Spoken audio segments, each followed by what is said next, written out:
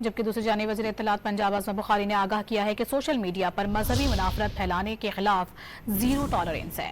پہلی بار cyber patrolling force کو متحرک کیا گیا ہے۔ مذہبی منافرت پھیلانے والی 417 ویب سائٹس کو بلاک کر دیا گیا ہے۔ 417 سائٹس کو، مختلف سائٹس ہیں، مختلف سوشل میڈیا اکاؤنٹس کے، ان کو بلاک کیا گیا ہے 417۔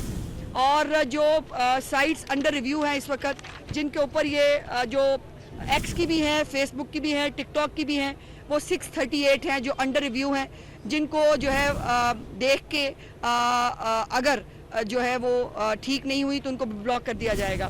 جو سائٹس انڈر انالیسز ہیں بائی پی ٹی آئی وہ 356 ہیں۔ سوشل میڈیا کے اوپر اس دفعہ زیرو ٹالرنس ہے۔